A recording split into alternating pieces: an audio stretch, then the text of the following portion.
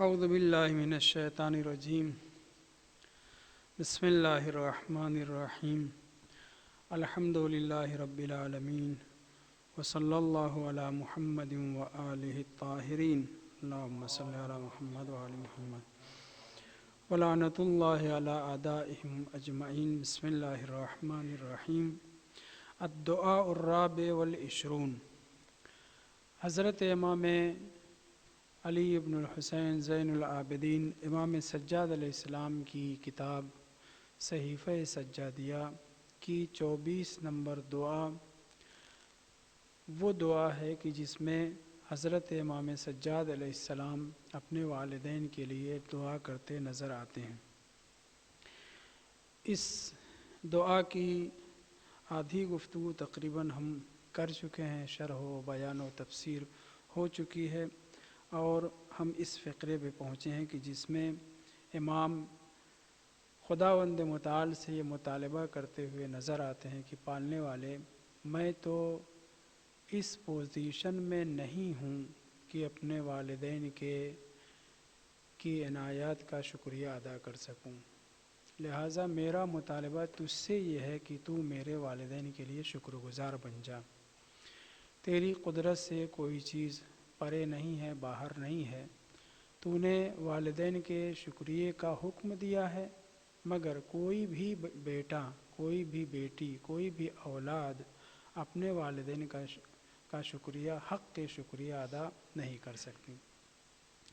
تو جہاں شکریہ، والدین کے شکریہ کی اہمیت کا پتہ چلتا ہے اس دعا سے کہ شکر گزار رہنا چاہیے، زبان سے کہنا ضروری نہیں ہے، عمل کے ذریعے سے ان کی ریکھ دیکھ کرنا، ان کی ضرورتوں کا پورا کرنا، زندہ ہیں تو جو بھی ضرورت ان کی ہوتی ہے وقت سے پہلے، ان کے کہنے سے پہلے اگر ممکن ہے تو فراہم کریں، اور اگر اس دنیا سے رخصت ہو چکے ہیں تو اپنے تمام اعمال خیر میں ان کو شریک رکھیں۔ مثلا ہم آپ نجف کربلا میں آنا جانا، سامرہ کاظمین کبھی کبھی جاتے ہیں تو اپنی زیارتوں میں، دعاؤں میں، واجبات میں، وہ واجبات جن میں شریک کیا جا سکتا ہے، ورنہ سارے مستحبات میں اپنے والدین کو شریک کرنا چاہیے، حتیٰ درس و بحث و مباحثہ، مطالعہ، ان سب میں بھی ہم اپنے والدین کو شریک کر سکتے ہیں۔ کیسے؟